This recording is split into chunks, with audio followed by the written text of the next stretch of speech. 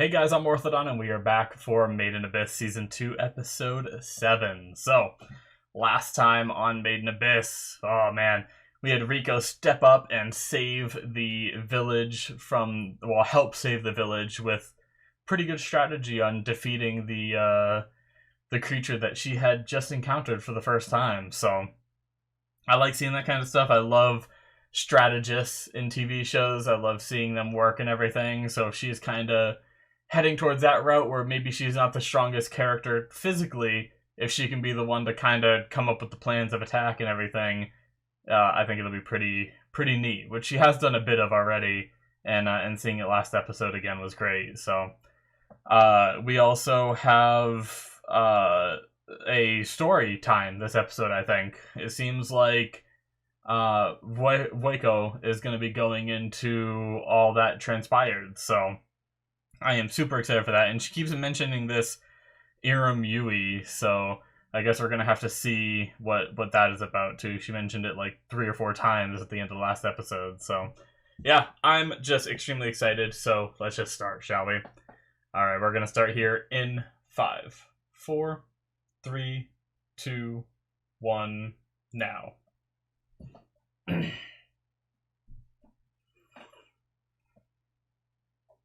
Jeez.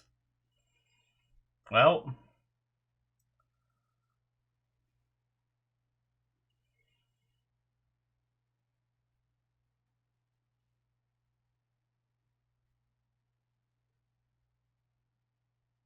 Hmm.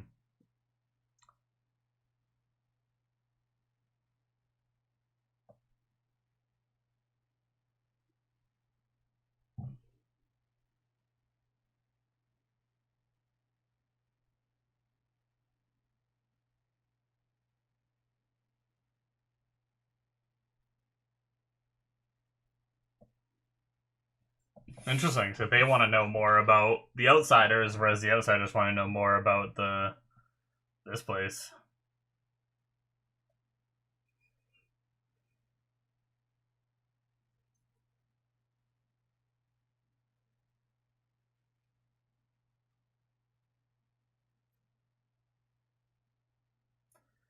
Oh man.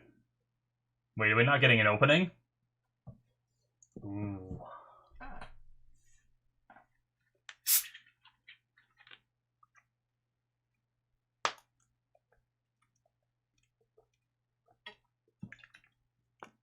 Oh. Are they gonna try to go back up?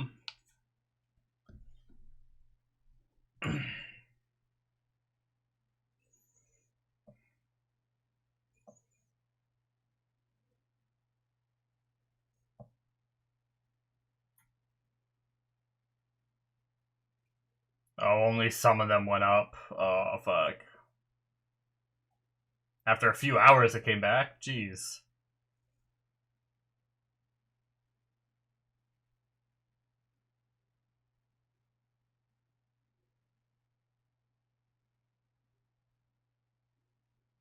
Jeez.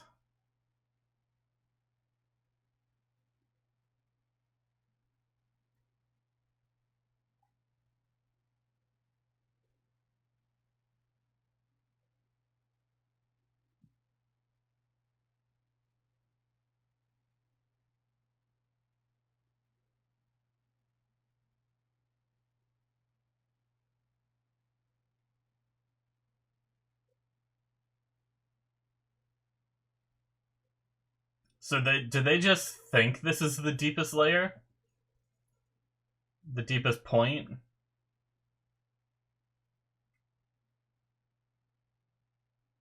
Hmm. The cradle of desire. Because it sounds like the way they were speaking, it seems like they were thinking it's the deepest, but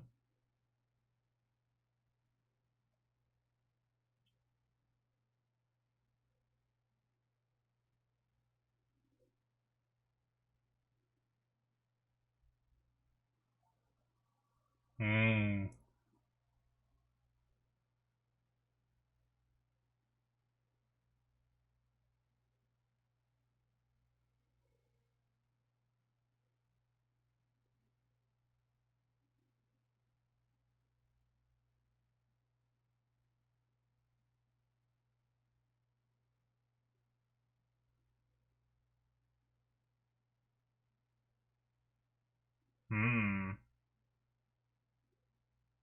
Oh, okay, so that's Iramui.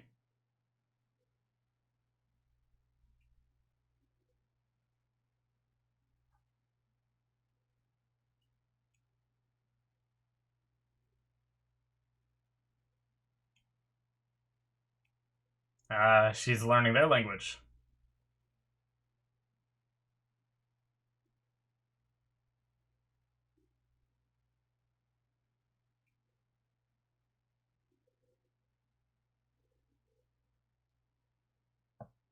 Hmm.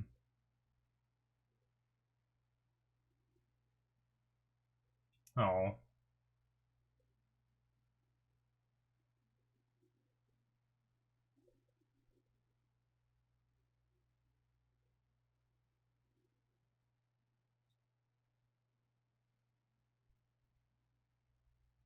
Oh.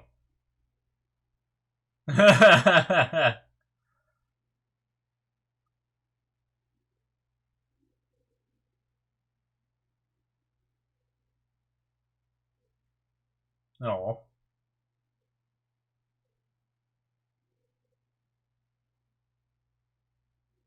Ugh.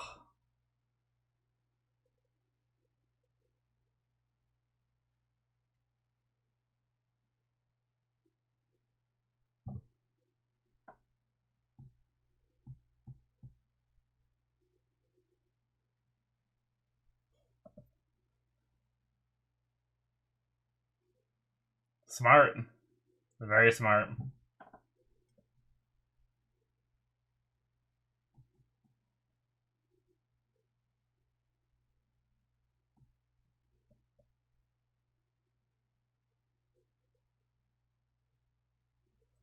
It looks like they've got some growing crops too.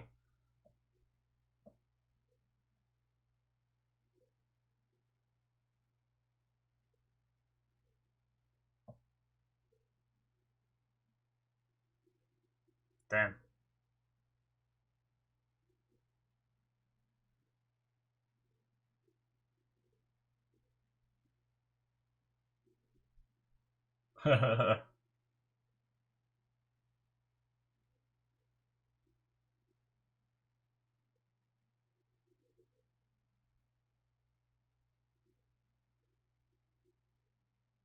We're getting to see a lot more of their like initial setup and everything than I thought we'd see. This is great. I love it.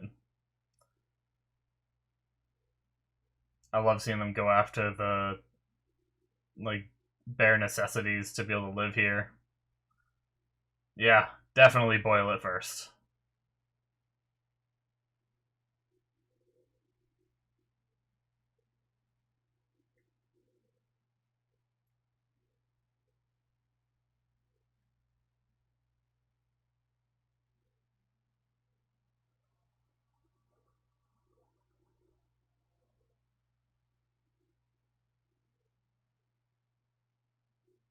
Nice. Uh-oh, is she sick?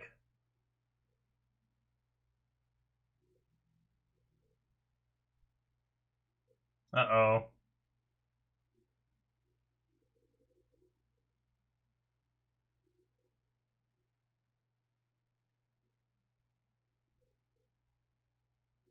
Uh,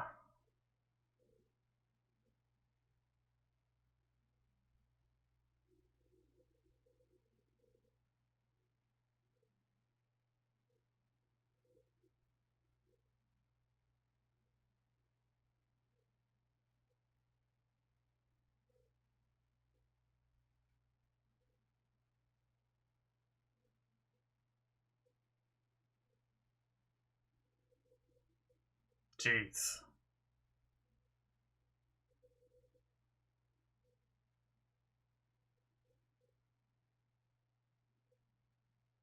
Oh.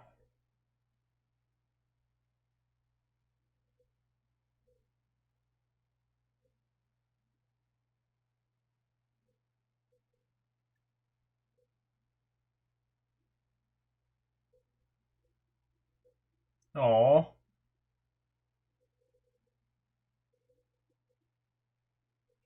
Ah. This is building up some sad shit for the fact that Reg is kind of leaving her in a sense too now. At least it seems like in her eyes that's the case as well.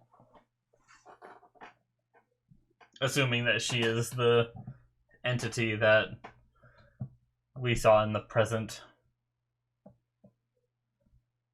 And we know that somehow they get separated because Fueko gets locked away.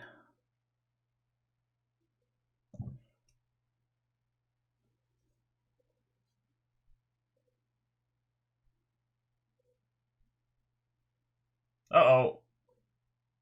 Oh, no.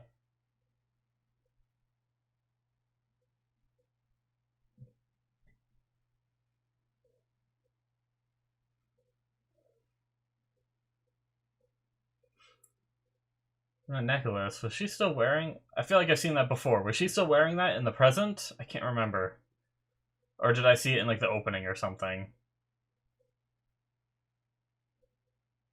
Oh, that poor creature, though. And poor Aramiri.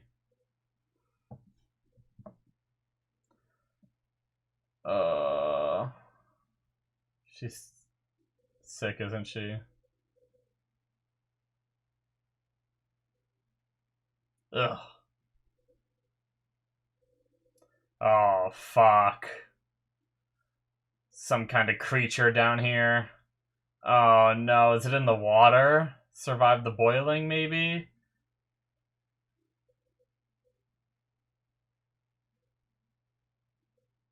Ugh, what?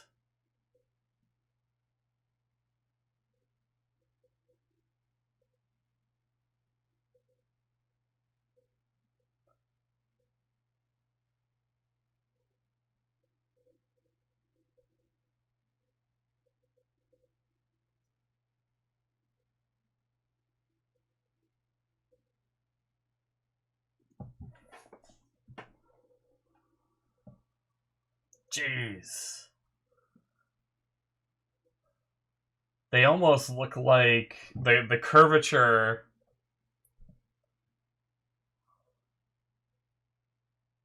Jeez, the curvature almost reminds me of Balaf's current face in the present.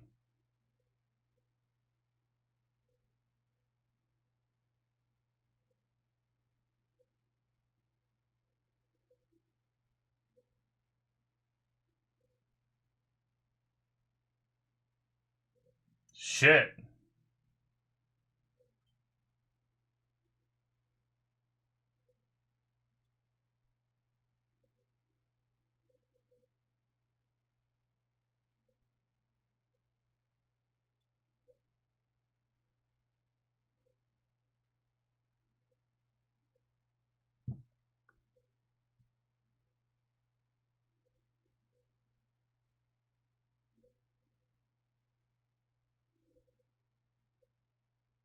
Oh.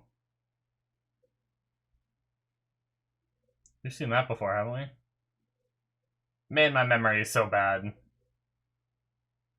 Where did we see that? God damn it.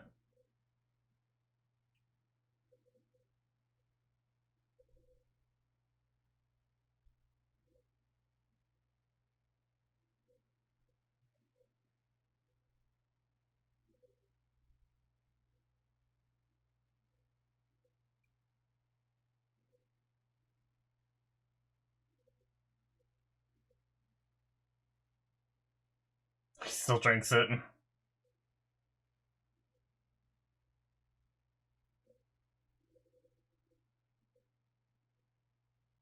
Hmm. Yeah, not everyone's infected or affected by it.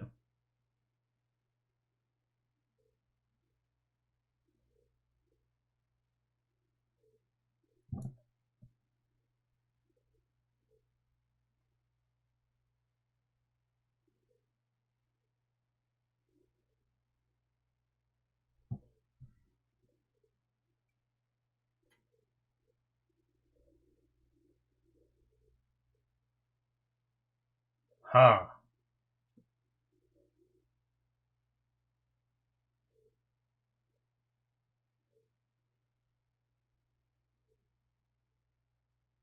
Jeez.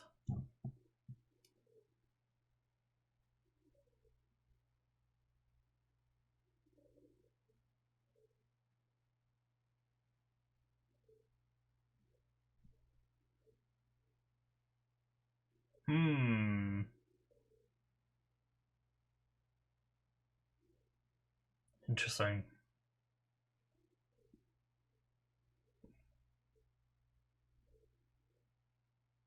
That's terrible. No.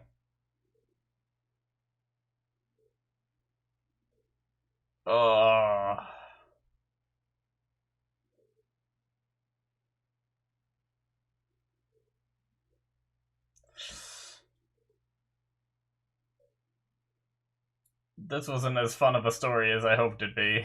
I mean, I knew it was gonna be bad, but she said it was bad.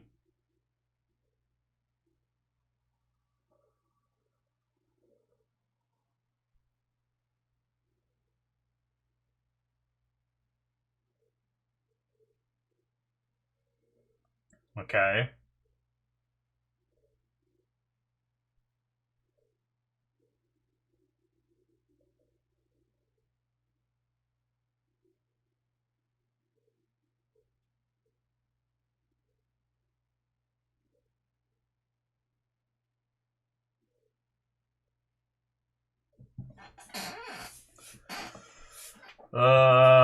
Man.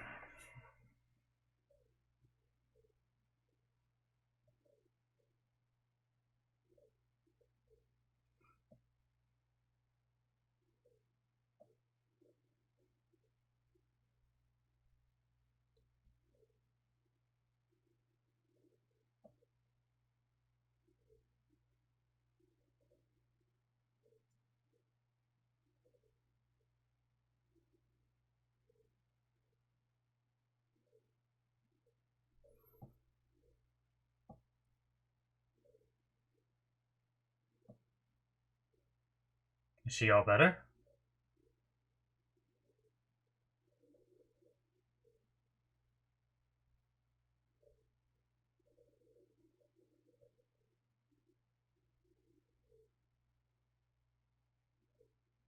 Shit! It like merged with her. What the hell?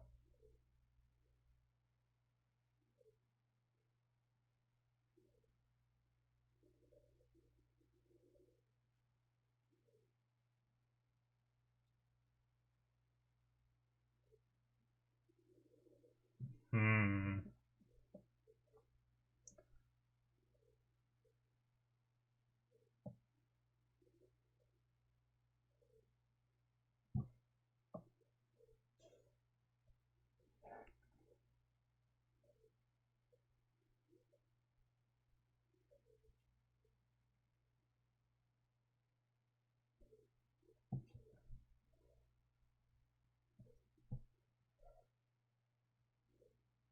Jeez.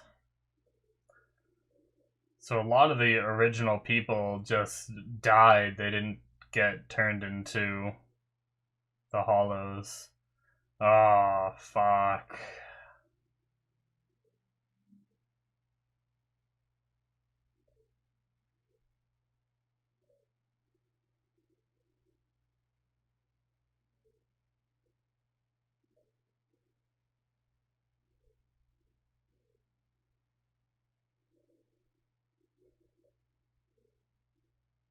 It's around her head now, the necklace.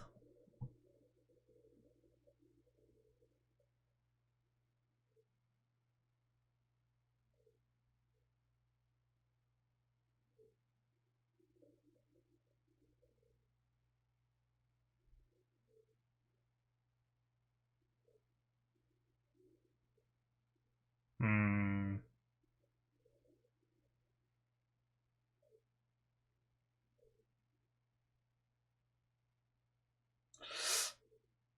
Oh, I hate that. So unsettling.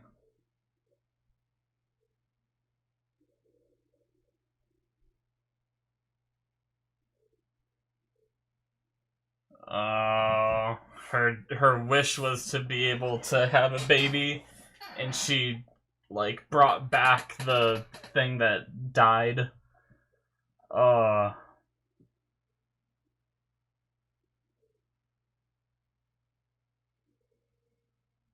Uh...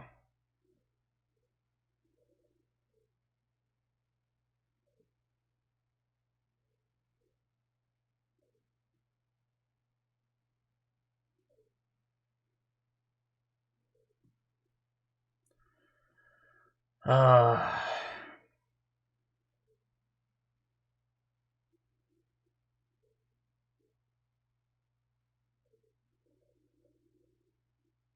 Uh...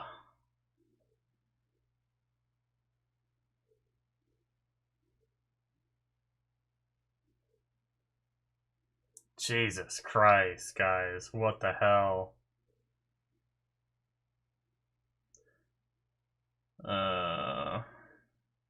She's getting sick now, too.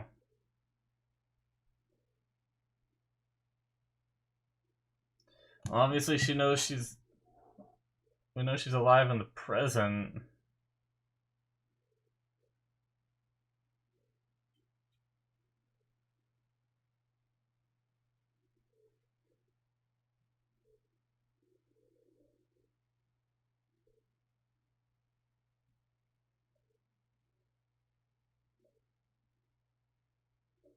Ugh.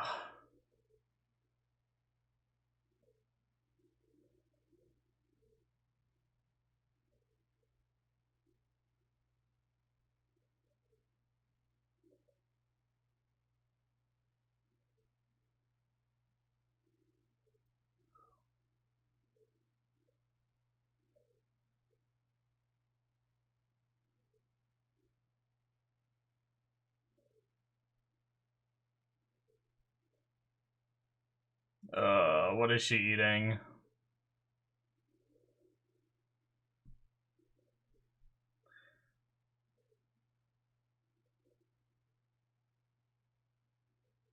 She's not eating. I'm so scared as to what she was eating. Son of a bitch. It's not the things that Irimui was giving birth to, was it?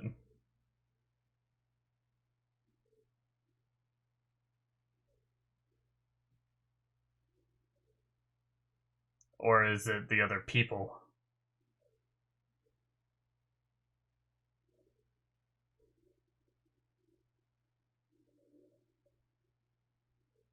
That kid. Did they eat her? Or was it... Oh, fuck. Wow. Man, the first half of that episode was so, like... Seeing Irimui so happy and everything, just... I mean, obviously we had the moments where she broke down and everything, but... It, like... Seeing her happy, like, filled me with happiness, and then just, it deteriorated fast. Wow. I felt like I was so invested in just watching that I didn't even say that much during this video either. I apologize if it was a little boring in that regard. I was just disgusted, but also captivated by, like, what I was watching. Ugh.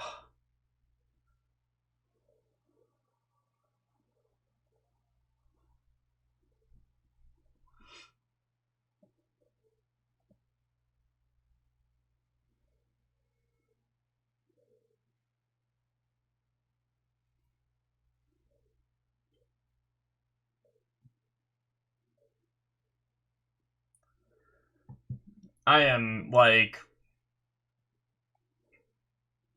so worried.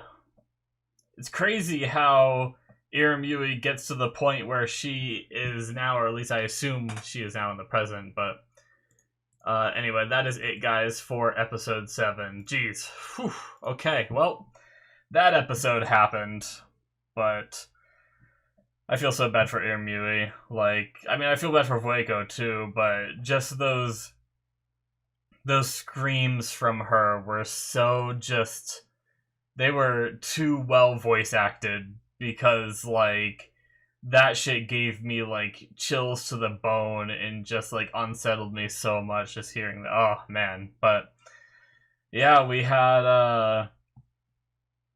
kind of had them realize that they couldn't go back up. Luckily, they didn't all get back in the elevator and go up, or else that would have been the end. But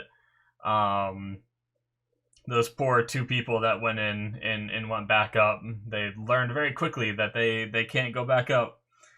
But yeah, man, my head's a mess right now. I don't even know. I'm like so broken by this episode. It's not even funny. Seeing them, it was like really cool seeing them try to like discover a way to live down here and everything. Ended up like it wasn't even, it was like stuff living in the water. It was like it was water, but it also had like something else in it that didn't even go away through boiling, that made them all sick and slowly start to turn to stone and everything, which is just absolutely terrible. But jumping right to the end just because I gotta talk about it. My first thought when she was being fed something was like, who is this that's feeding her? That was like kind of my first thought, because I was like, did someone come and like be their savior or something? But no. Like imagine if it was like freaking oh shit, what's his name? Imagine if it was somehow the Sovereign of Dawn was like alive back then even. That'd be fucking crazy, wouldn't it? Bondrewd, there we go. I kept wanting to say Balaf. I get all messed up with names that start with the same letter sometimes. I get it all like confused in my head, but yeah, Bondrewd. But that's not really what I thought. I kind of just thought about that now, but obviously it was Wazukyan. But that was my like first initial thing, was like, who's feeding her? And then I started to think of like when she started saying how good the food was, I was like, oh no, what is she eating? And my first thought was the people that were like dying but not like fully hardened and stuff like that. What if they like cooked up their flesh? But then I started to think like, ooh, what if, you know, he did say that this child will save us? What, she keeps like every few days or whatever, she gives birth to this creature. What if they're eating that creature that she's giving birth to that like dies? You know, like is that what they're eating? And then by the end of the episode, I wasn't sure whether I think it's either those creatures she's giving birth to that they're eating, or it's the or it's her, you know, like she was turning into this like weird fleshy creature thing. What if they were eating her? And that would be even more fucked up if Vueko, because like I think Vueko would be sad to be eating the creature that Irimui gave birth to, but like I think it'd be even more fucked up if Vueko found out that she was actually eating Irimui, this child that she was caring for and loved so much, you know. Fuck me. I hope it's not that, but this show is so damn dark, it's probably gonna be. But yeah, there was this wish-granting egg, and they said that relics that are round are objects of like wishes. I want to go back and get that fully, but this one specifically was considered the what was it? The Cradle of Desire is what it was. I think it's what the item was called, right?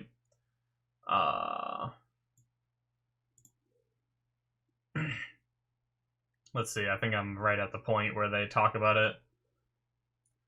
Does that relic perhaps have something to do with all this? Round relics are the shape of wishes. I want to write that down. Round relics, shape of wishes. We've seen some round relics. Obviously, not all of them are going to be like granting wishes, but we saw Reg find one in season 1 when he did his first like cave raid, and he found that like squishy one, and that was roundish. Obviously, like I said, I imagine it's not as powerful as this one, whatever this one is capable of, if it really is like granting wishes. But it seems like it's more like a genie, in that your wishes never come out to be exactly what you want them. And they were saying that like the older you, like, it works better with adolescents because their minds are probably more pure and direct and less like chaos. Even Wazukyan said it, like, we are too traveled and stuff like that, and they've lost a lot of their innocence as they grew up and everything, and so the wishes don't work as well in adults. So let's see, I kind of want to see how they, from modest ones to strong ones, that one is super strong.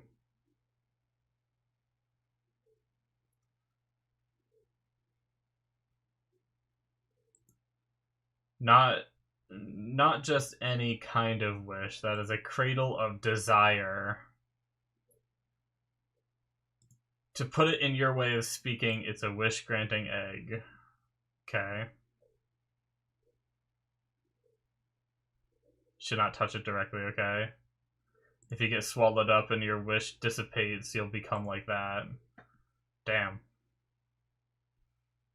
Adults are motley and complex. They're not suited for it. If you wish to make use of it, a juvenile is preferable. Yeah, alright. Damn. But yeah, that's probably our first hint as to, like, any kind of structure regarding the relics, Like, I guess if you consider these interference units to be relics as well, then I guess we have gotten a little bit of that too. But, like, we've seen all these different relics, and we have no, like, I feel like we don't really have, like, broad categories for them. And now we kind of do, where it's like round ones are shape of wishes. So, like, going forward, I still think that's very vague, and it could mean a lot of different things. So I don't think it's going to help us discover what relics are, but I think having that info will be kind of interesting as we move forward, and if we find new relics in the Abyss and we see round ones, we can kind of have maybe a little bit of a better idea of what they are or what they're capable of, kind of thing. So that's pretty cool to learn. But in regards to Iramui's wish, I mean, obviously she is riddled with the sadness of being abandoned by her family because of the fact that she can't have kids, and she was looked at as a, curse of the pit and not even a child anymore, which is terrible. Like, I mean, that's a really, I shouldn't be one to judge another civilization and how they live, because I'm sure it wasn't, the thing is, if it was just that family, I feel like it'd be more appropriate to judge them. But if that's how their whole civilization was there on the surface, then, it's not just that specific family's fault. But that's pretty fucked up that they just, if a kid isn't, or if a girl child isn't able to bear children, then they just throw it into the Abyss, and, have whatever happens to it happens, and probably all of them die, or most all of them die. But yeah, so I mean, obviously it seems like her wish had a little bit to do with, like, first off, she said that her pain went away, like, entirely, and now either that was a byproduct of the cradle of desire affecting her, or there was like a primal desire that where she was just in pain when she was given the egg, so her first wish, her most primal desire, is for the pain to stop, That was my first thought. But then she started giving birth to these things, and I started thinking, like, okay, maybe it was more to change her body into one that could bear children, so that way she could be more accepted by the civilization she grew up with, kind of thing. And but then it just got really dark with, all the kids that or I don't want to say kids, but all the things she gave birth to didn't have like a way to eat, so they just died within a day. That's terrible, but it was so painful hearing the screams and seeing all that. I'm terrified to see where we go next. I was so excited to get into this episode, and now I am so terrified to go into the next one because I have a feeling that the part of me thinks that the disagreement that we're leading towards is where Vueko gets locked away kind of thing, is that the other what are they called? The other three stages want to, whatever it is, whether it's that her body can regenerate and they're eating her over and over again, or if they're eating the kids that she gives birth to. Maybe that's kind of like the foundation of this village, is like the fact that they sit here and they are eating Iriyumi's spawns over and over again, and Vueko's like, no, I'm not gonna have any part of this, and that's why they like exiled her. Or maybe it just goes past this because they're not even hollows yet, and it seems like Vueko knew them as hollows, right? Because when she came back up to the surface and she saw Wazukyan for the first time, she said she's never seen that look on his face. And now either it's just because she knows him as an individual, but it seems like she knew like what his facial expressions were like as that new being, as the hollow kind of thing. So I wonder if they do become hollows like well before Vueko gets locked up kind of thing. But oh man, and then also like Iramui's body is so different. Like I have my theory based off the way the show has presented some of the details to us, is that Iramui ends up becoming the Princess of the Hollows. It's crazy that she goes from what she is now to that eventually too. Like her body goes through some crazy shit seemingly, and maybe that's why she avoids the village and doesn't like being around there and everything. Is I wonder if that is because of what they did to her, like had her just keep giving birth to these things and they just kept eating them kind of thing. I don't know. It's a bunch of theories and we're just gonna have to wait and get some answers. But man, it went from the cool exploring stuff that I like to just super fucked up Made in Abyss shit. So but maybe and I imagine it's only gonna get worse because like we haven't even really seen, like, I mean, I guess this technically could be kind of the founding of the village kind of thing, but I feel like we're still like not even at the founding of it yet. So maybe we're not even at the bad part of Vueko's story yet.